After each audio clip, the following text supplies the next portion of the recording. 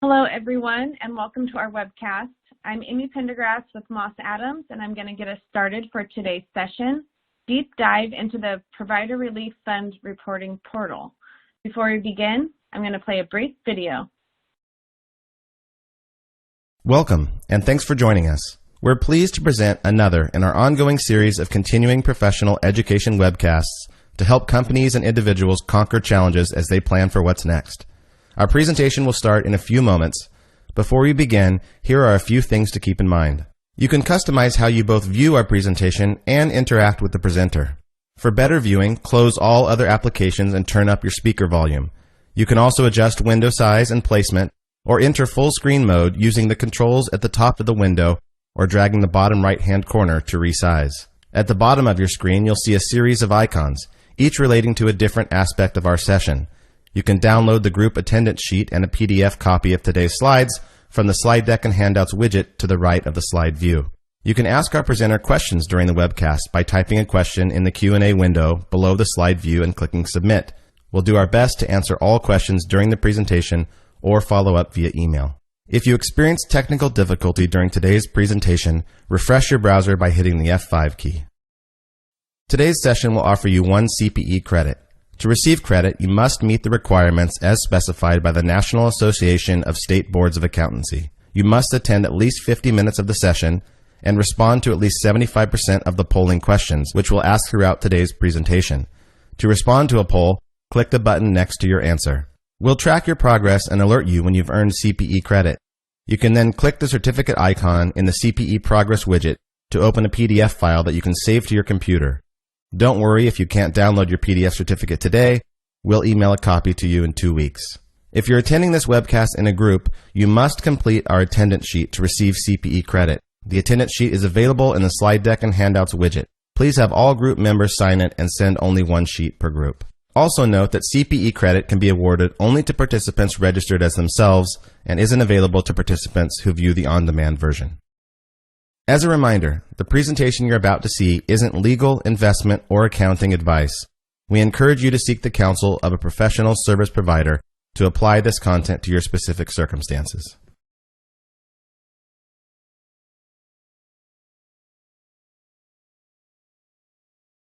And now I would like to introduce today's presenters from Moss Adams, Aparna Venkateswaran, Melaney Scott, and Georgia Green. Their bios and contact information are located in your webcast console if you would like more details. And with that, Aparna, I'm going to turn it over to you. All right. Thank you, Amy. Welcome, everybody. Glad to have you join us today. We do have a very full-packed slide deck of information to share. So I wanted to go briefly through the agenda and do kind of our usual caveat before we dive right in. One thing I wanted to highlight now is we are focused on primarily the portal itself as well as this first round of reporting. For those of you that had joined us in July, we had done a more broad update of all the changes and the periods of availability and the payment periods, all of that was shared by HHS back in June. So if you need a refresher on that, you should be able to access that webcast and the materials on our website. So today we'll really be focused on the portal itself and answering some of the common questions we're hearing. So with that in mind, we're going to do a quick overview of the portal. As is the case, there have been updates and changes related to the PRF in terms of FAQs. We'll be going through that. Since our July webcast, the compliance supplement for 2021 was issued, and so we do have some more guidance related to the single audit or program-specific audit of the provider relief funds. And then we'll kind of finish with some reporting tips and resources, as well as the best practices and just future clarifications that we're waiting on. Before we dive in, just again, wanting to understand where everybody's from, we have first polling question. Amy? All right, thank you. So our first polling question is, what entity type do you represent? And there is a list of several options down below to select from. And we will give you a few moments to respond. To respond, please click the button next to the answer you choose and hit submit. And if you cannot see the submit button, please just enlarge the slide area and it should show for you.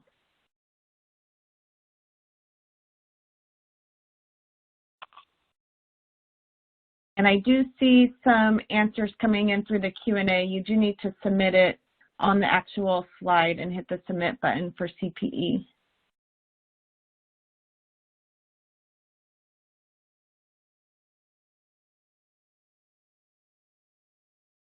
Okay, here are the results.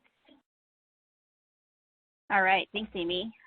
So as has been the case, we seem to have a little bit of a widespread. It primarily looks like we have a lot of hospital representatives here today. All right.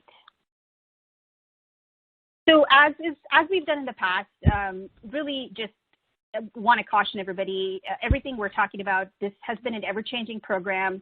Guidance has changed constantly. As we go through this first round of reporting, there's likely to be more updates and changes. So everything you're going to hear today is really based on the most up-to-date information that's available.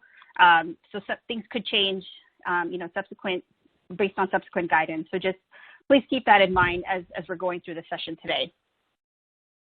All right, with that, Melaney, I'll have you take over. Great, thank you.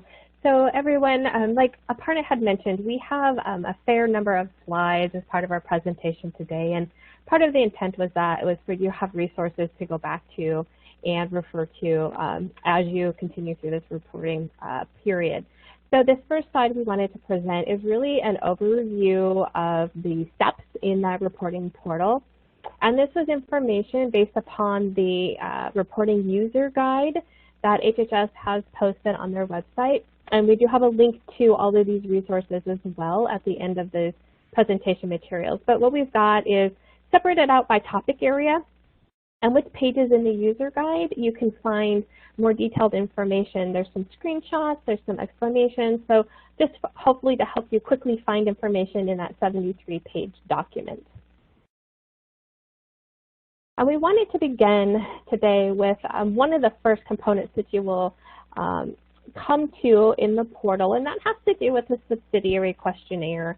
And a lot of questions we field from folks around subsidiary information, and one of which includes, and HHS has information in their FAQ document, they have some information in their June 11 reporting guidelines document, but the first sentence here on the subsidiary questionnaire really isn't found anywhere else, and it helps it to drive how to determine whether an entity is a parent organization, which is a little bit different from determining if a parent can or cannot report or how to go about reporting. But this is just basically saying, let's see your methodology that you use as an entity related to your financial statements, and then it provides some additional guidance. Some of the other questions you're going to get to, it really centers on if the parent is going to be reporting on a subsidiary's general distribution payments, and then if so, enter those 10. Again, it also asks the question down here, these last two relates to targeted distributions, and if those were transferred to a parent entity, and if so, how much. And that really is the basis for what's reported about allocations or transfers of targeted distributions. Really what you'll want to have is all that supporting documentation in place to support the amount that is reported here and the other pieces. There's not going to be any additional reporting within the portal related to those pieces.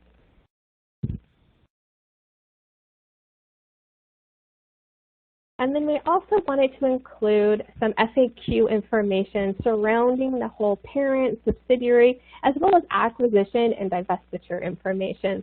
A lot of folks we talked to did have some sort of a transaction occur somehow during this pandemic. And HHS has what's been at least helpful to get folks started down the path of determining how they can report on these funds. Really has to do with looking at the type of transaction that it was within the body of this FAQ.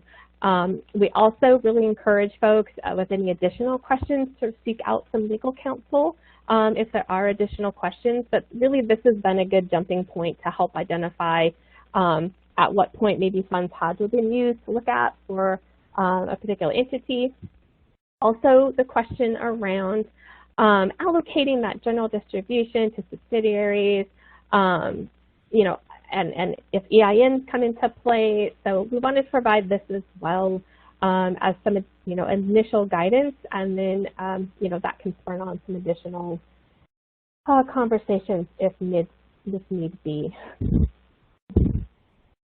Okay, now we're going to move on, and Georgia's going to talk about the other assistance received reporting component. Thanks, Melanie. So this is where you will start entering numbers into the portal about funding that you received in 2020.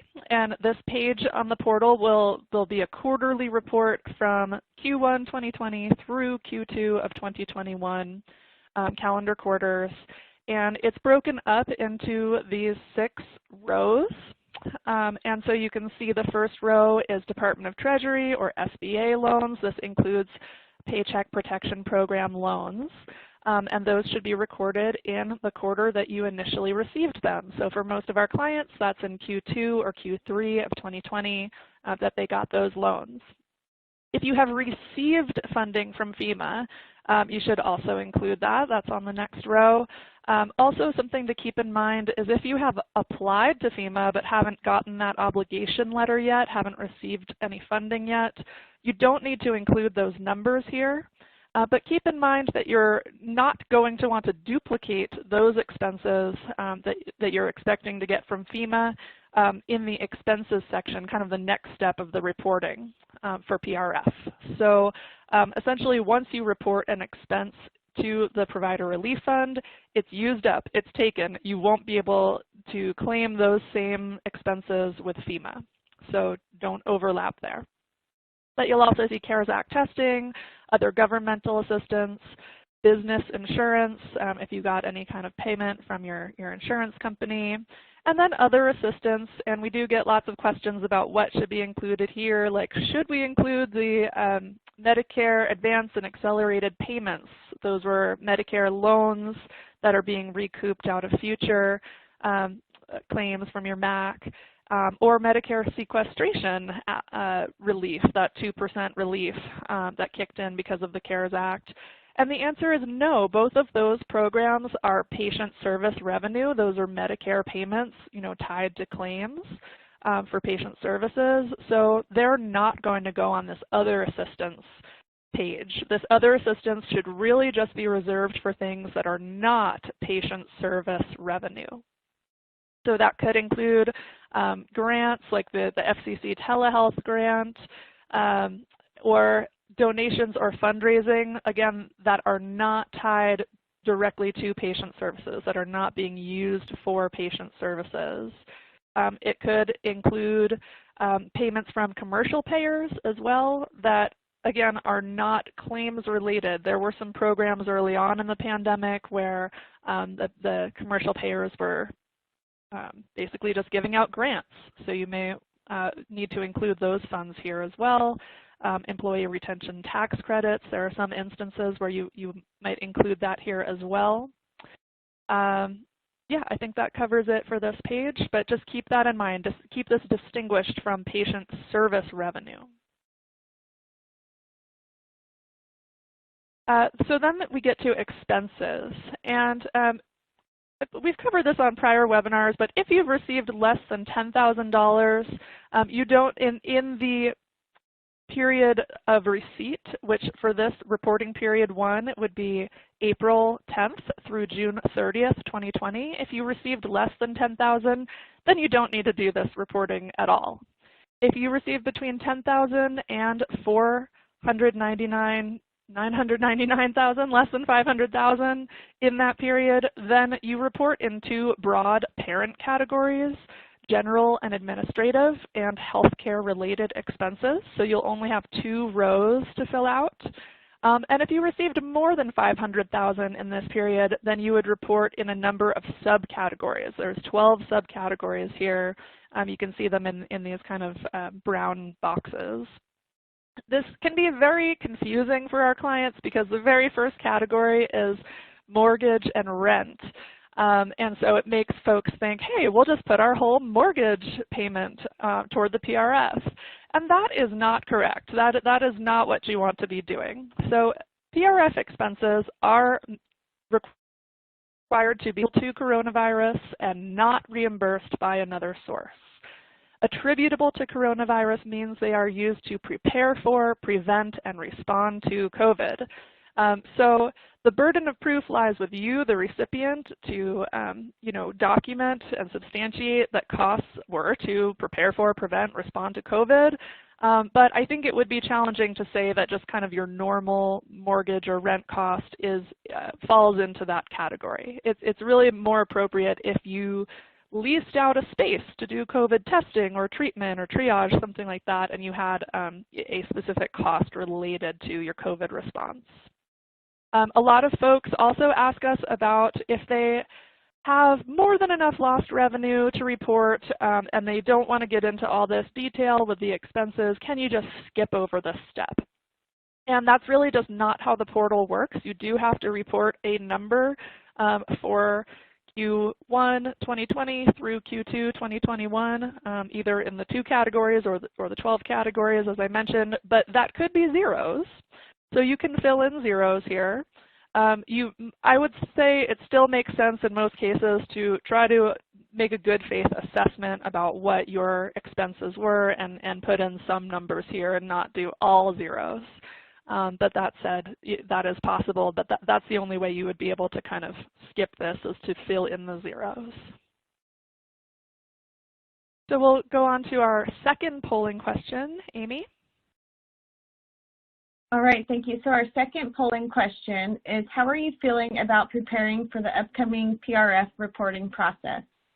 A, very comfortable. We have logged into the portal already and started submitting data.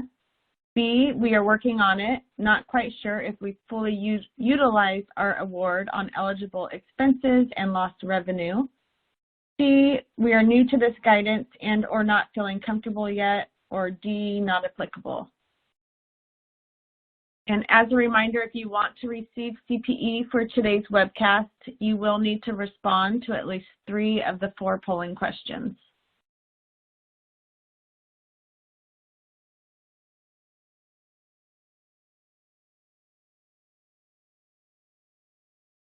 We'll leave this up another 5 seconds or so.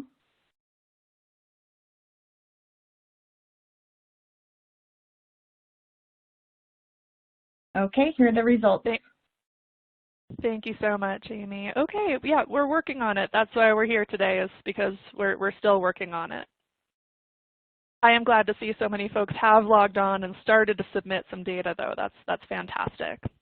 So we received a lot of questions in advance of the webcast and are receiving plenty in our Q&A box right now.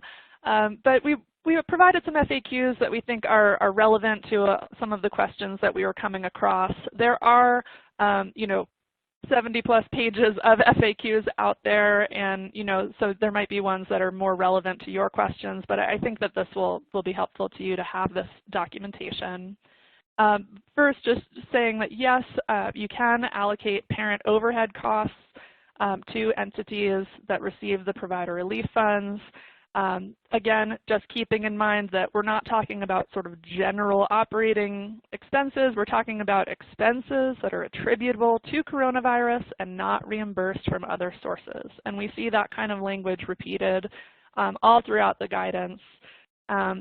So how you determine whether an expense is eligible is it's to prepare for, prevent, respond to COVID. And they are expenses that are not reimbursed or obligated to be reimbursed by another source. That could include directly from patients or the payers. It could be grant-funded expenses. So really think about whether this expense that you're claiming is essentially already paid for in some other way. And don't duplicate with FEMA. Don't duplicate with the PPP loan that you received. A question that comes up a lot is, what about our existing personnel, employees that are spending so much time working on COVID-specific matters? I'm sure you had compliance folks and infection control and quality teams that were, revising policies and procedures, or just doing a number of things, coordinating the door screeners, updating the interior spaces, all of these different people that are already your budgeted staff. Can those people's time be used for PRF? And the answer is yes, but again, just keeping in mind that their salaries aren't already reimbursed by another source of funding. You couldn't have, them be a grant-funded person and then claim their cost for PRF. Also, just making sure that you have appropriate records and cost documentation about their time, and that can be kind of hard to do in looking back. So hopefully you have that documented on calendars, or maybe they were logging their time to a COVID cost center, but definitely something that you want to have well documented and not just saying, oh yeah, I think about 90% of their time was COVID related. That would probably be a little too rough. So being somewhat precise there. And just circling back to that question I mentioned before, can rent or mortgage be paid in this time even when your staff was working remotely, so you weren't really using the space? Can that be used? And the answer is yes, but again, the burden of proof is on you to make sure that it's to prepare for, prevent, and respond to COVID. And also keeping in mind that many entities are cost-based reimbursed, and so your expenses may already be covered. This is just one of those things you need to consider and not claim expenses in this step that are already being reimbursed under cost-based reimbursement. A question that also came through in the FAQs was, can we report an increase in expenses in the same period that you have lost revenue? And the answer is yes. So this is there's many steps in the portal, but broadly it's a two-step process where you're first reporting your expenses that you are claiming against these funds, and then you are reporting lost revenues. So with that, I will hand it over to Melaney to talk to us about reporting lost revenue. Great, thank you, Georgia. So like Georgia had mentioned, the first piece of this reporting is going to be reporting on expenses, net expenses, those that qualify and have not been reimbursed by another source or another source obligated to reimburse. One component that came about with the June 11th reporting guidelines documents is for any entity that reports the net expenses up to the level or exceeding the level of provider relief funds received, they are not actually going to have an opportunity to report lost revenues. A different screen will show up for folks, and we've shown you what this screen looks like. Really, all it will have an entity report is your 2019 actual calendar year and your 2020 actual calendar year patient care revenue. So just wanted to reiterate that. That does beg a question, which we'll cover at the end as well, but how would an entity be able to, if you do have and report expenses up to the PRF received or exceeding, where is going to be the opportunity to report any lost revenue? Because a lot of entities did have it. That is an unanswered question right now. Just be aware, this is the screen that will show up for you. Otherwise, if expenses do not equal the provided relief funds received, then you will select the option that you have opted for reporting your lost revenues. And again, just wanted to reiterate, there will be by quarter the following categories of payers that you will report. If an entity chooses option 1, which is comparing your actual 2019 to your actual 2020 and the first 2 quarters of 2021, there's no other documentation that is submitted with your reporting package, we'll call it.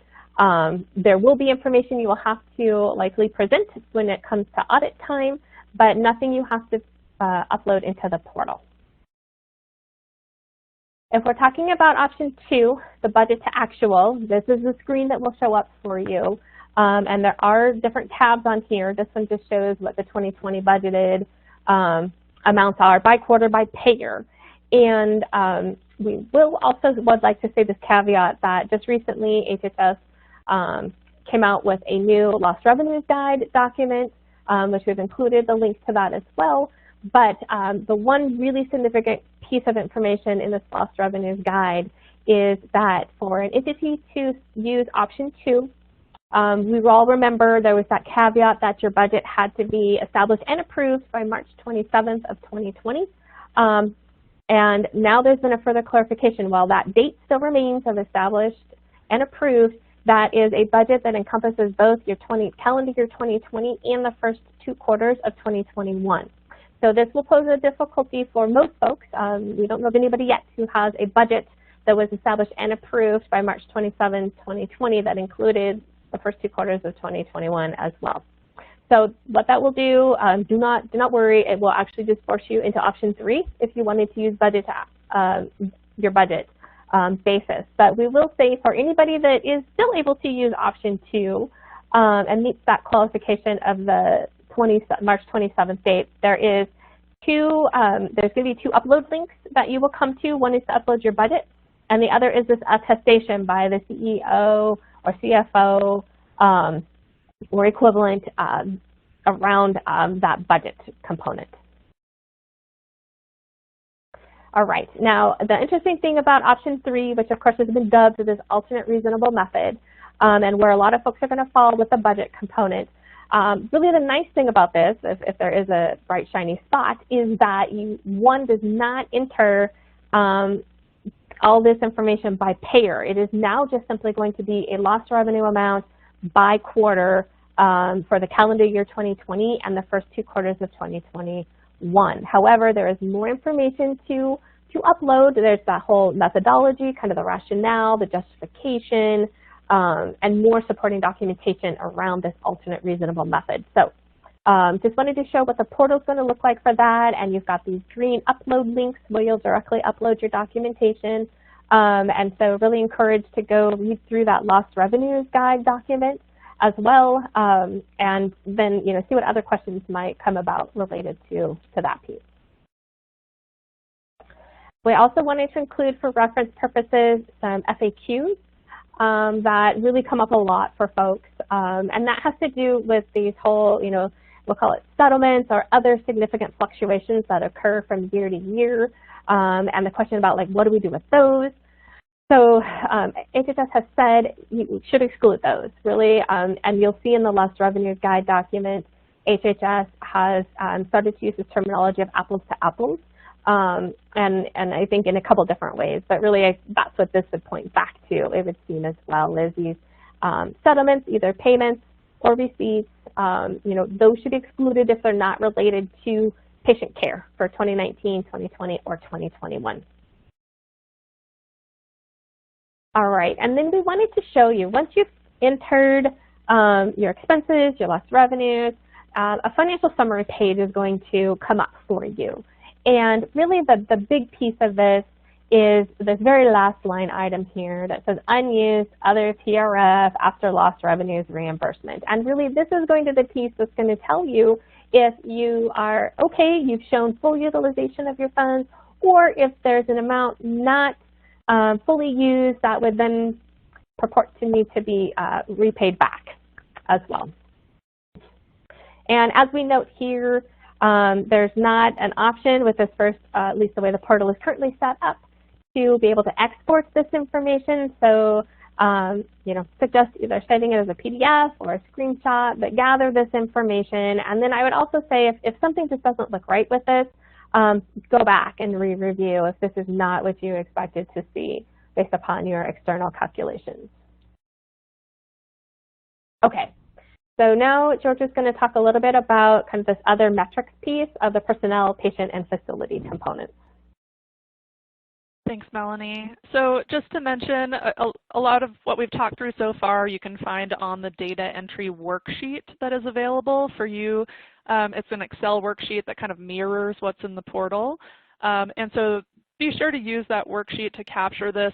You can't upload the worksheet, but it's really a great tool for just kind of keeping track of what you're planning to report and communicating with your team and maybe with your accountant or your consultants, whoever you're working with. But just keep in mind at the end of this financial reporting, you're reporting these personnel, patient, and facility metric data points, and they date back to 2019 and go all the way through Q2 of 2021, this quarterly data entry. And there are different categories for the personnel. So you can see there's a tab here for full-time, part-time, contractors, people who are furloughed, separated, hired. And the way I think about this as the first three are kind of categories, and those second three, furloughed, separated, hired, are hiring events. And if a person should be listed here, this should be done on a head count basis, and a person should only appear in one place for that quarter. So if a person was a part-time worker and then they were terminated, they were separated in that quarter, they would be in the separated tab. They would not be in the part-time tab. So you only show up in one of these places. If there's a hiring event, you show up in those. If there's not a hiring event in that quarter, you show up in one of those first three categories. You'll see there's also patient metrics, questions about the number of visits in different settings, inpatient, outpatient, telehealth, those kinds of settings. And then facility metrics, questions about the number of beds that you have, and these are active licensed beds. So we provided some of the definitions here. It's definitely one of those areas where it can be useful to refer back to the reporting guidance document if you have questions about really what things mean here. But keep this in mind, and it can be a little burdensome to gather this all, so I definitely recommend folks started gathering this data. And we have our third polling question. Amy, would you take it? All right, thank you. The third question is, what is your organization's current reporting status? A, we've entered all of our information in and are waiting to hit submit. B, we've entered some of the information into the portal. C, we're compiling the information in a tracking document. D, we have not yet registered. Or E, not applicable. And also, we are receiving several questions through the Q&A window, which is great. We are doing our best to respond to all of them, but just know that if we don't get to yours, we will do our best to follow up with you after the webcast.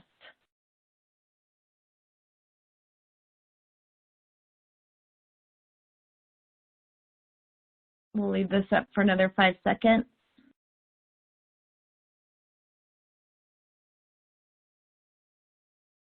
Okay, here are the results. All right, thanks, Amy. So looks like most folks seem to be in the process of getting the portal populated and compiling the data. Some have not registered yet. Definitely would recommend getting on that sooner rather than later. The deadline is coming up next month, and some of you are even more on top of things, and you're just waiting to hit that submit button. That's fantastic. All right, so we're going to switch gears and talk about the audit considerations. This first slide is really just a kind of a summary refresher on the audit considerations. The audit guidance and the kind of the targets of when these funds would be subject to audit in terms of which fiscal year has been a moving target. Initially, when we started 2021, the expectation was the funds would be subject to audit based on a calendar year 2020 reporting. And then once everything changed again in June, the guidance changed again. And so for the nonprofits and governmental agencies, the 6/30/21 year ends, for those of you that have a June 30 year end, the Provider Relief Fund would be reported on the schedule of expenditures of federal awards for the first time. And so the intent by HHS is to mirror the reporting and the deadlines to spend the money to the fiscal year. So for June 30, 21, the deadline for the first round of reporting, so period 1, the deadline to spend those funds was June 30, 21. And so for June 30, 21 year ends, any amounts you're going to report on in the portal are what's going to be on your CFA. And what I mean by that is, you know, say a provider got $1 million during period 1, you may have potentially expenses and lost revenue that are greater than that number based on the fact that you're going to report on basically starting from January 1, 2020 to June 30, 2021. So what you report on the CFA would be that $1 million of PRF funds. So that's going to be true for any subsequent CFA recognition. It's really the amount of PRF funds you receive if you're demonstrating you've spent all of it. And then the audit threshold is still the same as far as the single audit. It is that expenditures of $750,000 or greater. For the for-profit entities, the guidance still continues to be the two options that you see on the screen. You can either do the single audit or a financial related audit of the award conducted in accordance with generally accepted government auditing standards. I think we had highlighted this last month when we did the webcast, but the one key change that happened for the commercial entities is the language now says commercial organizations that expend the $750,000 or more. So in determining your audit requirements, you would follow the same sort of logic that I was walking through for the nonprofits and governmental agencies. And so right now we have guidance on the nonprofit and government side for the single audit. So that's what I'm going to walk through in the next few slides. Unfortunately, we are still waiting for audit guidance related to the first option under the commercial organizations. So for those entities that are for-profits or commercial on the call today, if you pick the single audit option, the guidance is available. You know, you definitely can get going on that once the reporting is completed. However, if organizations are picking the financial related audit under government auditing standards, we are waiting for guidance on that. You know, in terms of which option to consider, it's hard to say which one would be more efficient or more, you know, less burdensome in terms of getting through the audit. So until we get the guidance for the financial related audit, it's hard to say which of the two to pick. So recommendation would just be to wait and see. We're expecting that guidance to be released sometime in the next few months, given the audit requirements going to start kicking in here. And for the commercial entities, one other thing, again, this hasn't changed, but whatever audit option you choose that's completed, those reports are emailed directly to HRSA separately, as opposed to how the nonprofit and government agencies have to file their audit under the single audit. Okay, so for purposes of the single audits and program-specific audits, just wanted to, this is really a recap of the fiscal year ends and how the reporting is going to go. And so the CFDA or assistance listing number is 93.498. That's, if you can search for that online, as well as it's in the compliance supplement. And then this table just is a snapshot of how the reporting will work. So for the June 21 to December 21 year ends, there's December 30, 21. So any fiscal year ends ending in that window, as I mentioned, it's period 1 reporting that will be reported on the CFA. So anything related to this June 30, 21 deadline of having spent funds. For the 12/31/21 year ends up until June 29, 22, for year ends within that window, you will capture reporting from period 1 and period 2, because the deadlines to spend funds for both of those periods would have been within your fiscal year. Anything for June 30, 22 and after is going to be addressed next year by the compliance supplement. So the focus right now is really on period 1 more immediately, and then once December, the year closes out, it'll be on period 1 and period 2 in terms of the audit requirements. Okay, so in terms of the portal, there is this section that you have to complete. And there's 2 questions really that are being asked. One is, were single audits conducted for any of the fiscal years noted above? And that's just meant to address, was your organization already subject to single audit requirements because of other grant funding that you may have received that would make you eligible to be audited if you met the threshold? And so you would check yes or no there. And if you had funds other than Provider Relief Fund in 2019-2020, you would likely check those as yes. If you didn't receive any federal funds in those fiscal years, and Provider Relief Fund is really your only federal fund that you've received, then you would check no for those boxes. And for those in 2019 and 2020, if you did have a single audit, then the second question that you have to answer is, were the Provider Relief Fund payments included in that single audit? And again, based on the guidance we've seen, those boxes should not be checked for 2019 and 2020 because those funds were technically not supposed to be reported on the CFA for 2019 or 2020 fiscal year ends. And in 2021, again, the same concept. So if any fiscal year ends passed before June 30, 2021, you have a two-part question again. First one, if you did have federal funds other than Provider Relief Fund and you were subject to single audit, you'd want to check that box. But generally, again, should not be checking the second box for any fiscal year ends prior to June 30, 21, as far as whether the PRF payments were included in this audit. Because the first fiscal year end that should include the Provider Relief Funds in the single audit is June 30, 21. Okay. So the next couple of slides, just wanted to do a little bit of a deeper dive on the compliance supplement and what the auditors are expected to be auditing under the single audit or the program-specific audit. And so the first category is really the allowable costs and activities. And this will encompass the general targeted distributions as well as the nursing infection control distributions when you report on those. So for those that did get nursing infection control, those are likely going to be part of period 2 reporting, but they will be subjected to audit when they're reported. And so at the end of the day, it comes back to the kind of the three criteria here. One of them related to the nursing and infection control is any documentation you're preparing, it has to be able to support that those expenses were used for preventing, preparing for, or responding to coronavirus. And so I know there's a lot of questions that come up around kind of general operating expenses. Rent expense is a common one. It's got to be able to get back to substantiating that it was because of preventing, preparing for, or responding to coronavirus. So it's going to be very important that you're able to kind of have clear records that any expenses you're reporting in the portal are eligible based on this overarching criteria. The other important thing is, again, the expectation by HHS and the requirement is that PRF is meant to be the payer of last resort.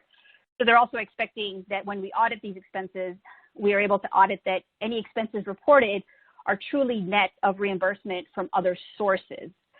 So if there are, whether it's patient service revenue, other assistance that we've talked about earlier in the presentation, all of that needs to be considered and expenses netted out before reporting.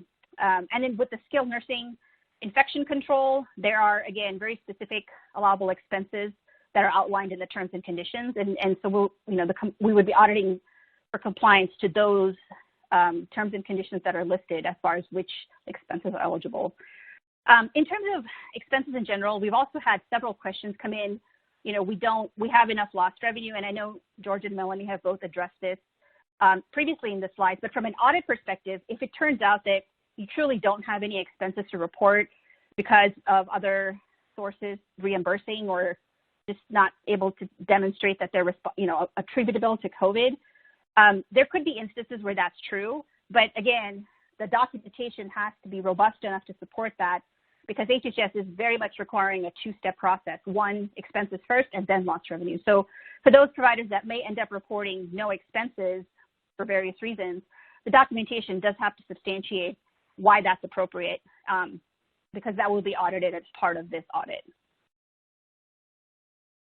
Okay, so one of the things that was missing in previous audit guidance that is now available is the key line items that HHS wants auditors to audit as part of the single audit or the program-specific audit. And I'm not going to go through everything here, They're all listed on the screen for you to see. The expectation is being able to tie everything back to supporting documentation. When it comes to the alternative method, or option 3 for reporting lost revenue, for those individuals that may choose lost revenues, option 3 for their lost revenues, the expectation is that the inputs provided can be audited back to the narrative that will have to be uploaded, as well as any underlying supporting documentation. It will not be under the scope of the audit to conclude on the reasonableness of the method used. That's not something the auditors would do. That's going to be up to HHS and HRSA as they review the information supplied. But what the auditors are going to have to do is at least tie everything back to documentation that's provided, including the narrative, to ensure that amounts reported are consistent with the methodology selected. Okay, a new area that was added from previous guidance is testing that out-of-network patients, especially for, this is specifically for patients with a presumptive or actual case of COVID, that any patients that ended up being considered out-of-network, they were not charged for out-of-network. They were not charged as if they were out-of-network, because the expectation was for any patient being treated for COVID, if it's a primary diagnosis of COVID, then they were billed as if they were an inpatient network. So this is something that, for those of you that are listening that are in the revenue cycle department or the billing department, or if you're not, you'd want to coordinate with your billing office to ensure you can assess this population and kind of document your compliance with this requirement. And that'll be important too for the auditors, because they'll have to be able to test that this was done as part of complying with the terms and conditions. All right, so we do have another polling question. Just curious if you need any support. And Amy, I'll turn it over to you. All right, thank you. So our last polling question is, would you like support in any of the following areas? And we did make it to where you can select more than one response. If you can get those in for, this is the last one for CPE. And if you would like a copy of today's slides, you can download them now from the folder that says slide deck and handouts. And we'll also be sending them out via email tomorrow, along with a recording of this webcast.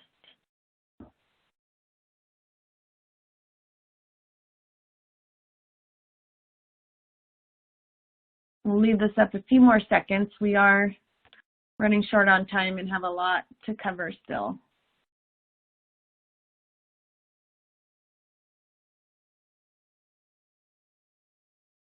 All right, here you go. Thanks so much, Amy. Okay, great. Well, we'll circle back with folks who feel like they need some support. We'll be happy to reach out to you. So let's just talk about reporting tips, since many of you have gotten into the portal but might have questions about how it's working and what we are seeing as some best practices. So first and foremost, make sure you have access. Make sure you can log in and access your entities. And there are separate FAQs and guidance documents for registering for the portal, separate from, kind of data entry into the portal itself. So be sure that, you're using those if you have any trouble getting set up. Also, you'll see in the portal there is a payments to recipient page, and you can download the information from that page. I believe it'll give you an Excel file with a list of everything there. It's a green button. So make sure you download that file for your records.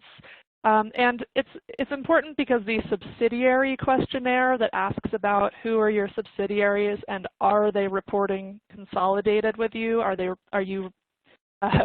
you transfer general distributions and targeted distributions amongst each other? That's really going to drive which payments show up on this payments to recipient page. So you want to make sure that everything's there. And I have had clients log in, for example, a hospital that has a SNF, and find that, oh gosh, our SNF targeted distribution that we got on May 22nd isn't on this page. Why isn't it on this page? And that kind of made the light bulb go off that, oh, that's a targeted distribution received under a separate TIN. And so that TIN that is the original recipient needs to have its own login to the portal. It needs to create its own username and get set up so that it can log in and report on behalf of itself for its targeted distribution. So that's just something I want to highlight. Notice if you're missing any targeted distributions. And, you know, folks often ask, how do I know what payments I got? And really, you know, probably the best thing to do is look through your bank statements for any comments or rows that say HHS stimulus. And those would be these PRF payments. Again, this is just payments you received from April 10th, 2020 through June 30th, 2020. That's the period 1 that you're reporting on right now. So payments you got later are not going to be here.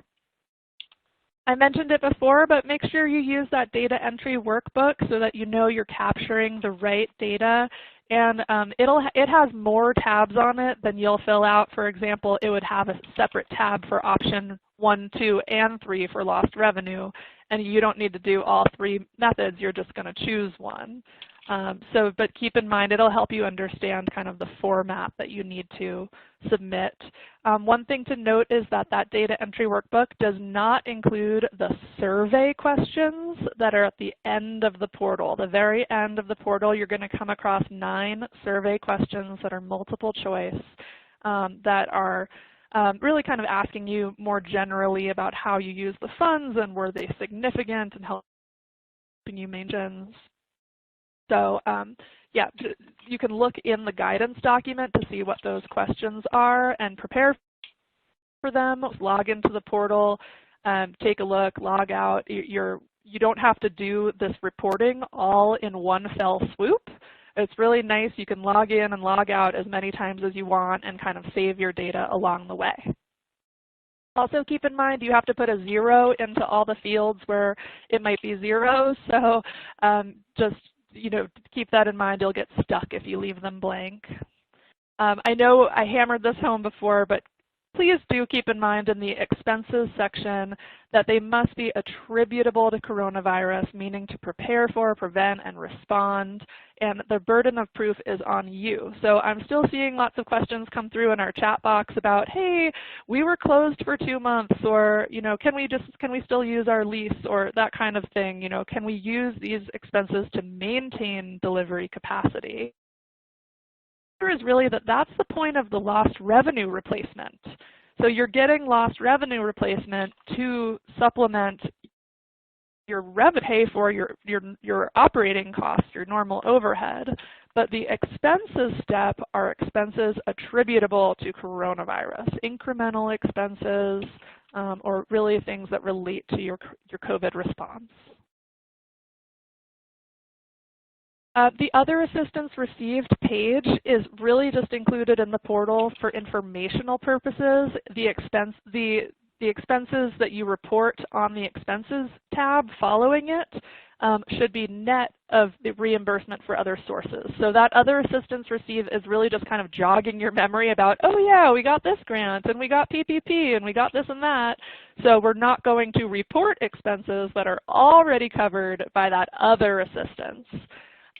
So just keep that in mind, but they're not using the numbers on that page to do any kind of calculation in the portal itself about expenses or lost revenue.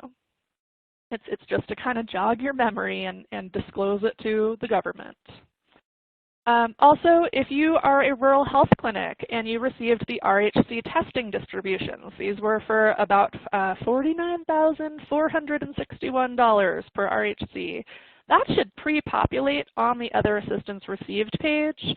I have had a client where it didn't pre-populate, so just notice that. I would just take note of it. There's probably nothing you can do about that, but just a reminder that you have monthly reporting related to that Rhc testing, and you should continue that monthly reporting indefinitely until they tell us to stop doing that. Also thinking about reporting period 2, some of you got the nursing home infection control distributions. They came out, I believe, in 6 different payments starting on August 27th. So since that's after reporting period 1, it's not going to be part of this reporting. And it is different than the SNF distribution that came out on May 22nd, which is part of this reporting. So try to keep those separate in your mind, even though the names are kind of similar. And just remember that lost revenue cannot be used for those ones, the infection control ones, in August and through February of 2021.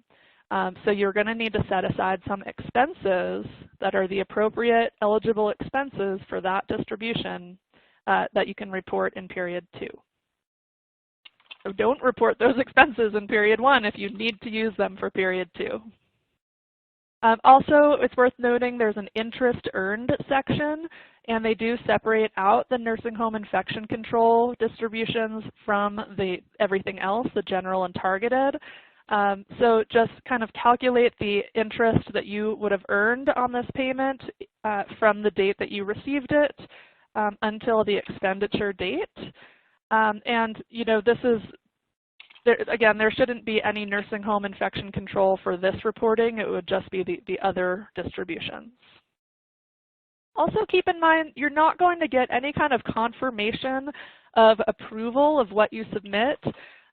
Maybe if you submit option 3 for lost revenue and they don't approve your method as being reasonable, you'll hear back about that and need to resubmit. But you know, as long as you submit by the September 30th deadline, you should be fine. Don't expect to hear anything back or some sort of affirmative confirmation about it. We did include a whole bunch of links on our reporting resources tab. The website's constantly changing. Honestly, the HHS Provider Relief Fund webpage seems to be updated today. So we in this business get surprised every single day. So do take a look at that and keep an eye on it as you're going through this. We do sometimes tell our clients as well, it might make sense to wait toward the end, toward the September 30th deadline to actually submit, because guidance could help clarify things between now and then and is constantly evolving. So just wrapping up, we've got a few things that are still pending clarification. For example, you know, how we know from the guidance that your excess expenses and lost revenue that you report in this period will carry forward, but they are not going, they haven't said exactly what the mechanism is to do that in the portal. So you can over-report expenses and lost revenues, and it will carry forward to the next reporting. We also don't know if there's any ability to retroactively revise the reporting, and, you know, of course, awaiting additional audit guidance for commercial organizations. So, you know, there are still questions hanging out there. We don't have all the answers, but just in general, we recommend you download a copy of the guidance you're using because it does change so frequently. Retain your records for 6 years, and just apply all the standard accounting best practices, you know, documenting what you're doing, keeping your receipts and your invoices and meeting minutes, etc. So with that, you know, there's a lot we can help you with. We, you know, certainly offer a lot of services within our firm and have a lot of expertise about not only the Provider Relief Fund, and the audit requirements, but FEMA applications and other grant applications as well, and employee retention tax credits, PPP loan forgiveness. We've got a very deep team with all these things. So we hope you'll reach out to us if you want some help with your unique situation. So with that, I think we really only have a couple minutes left. Maybe we can address a couple of the questions from the Q&A box while we're here. Yeah, hey Georgia, there's one that came in. Yeah. There's one that came in related to the audit that I thought would be helpful to cover. So a question came in asking if single audits were submitted for 2019, 2020, and fiscal year as prior to June 30, 21, if for some reason those have already been done. that may have included the Provider Relief Fund. It's possible that if the funds received were not material, so you received kind of a relatively small amount of Provider Relief Fund related to your overall federal expenditures, that some auditors may have made the decision to just include that because it would never rise to the level of a material program. Definitely would recommend, if you have instances like that you kind of go back and connect with your auditors. If we are your audit team, certainly connect with us.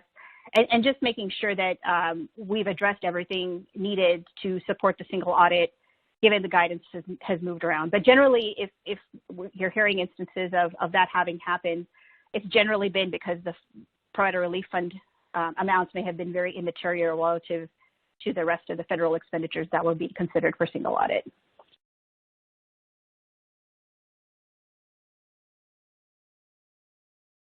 Thanks, Aparna.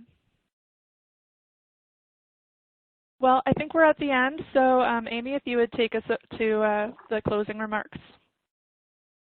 All right, thank you. And thank you, Aparna, Melaney, and Georgia, for another great PRF presentation today. And like we said, unfortunately, we are out of time.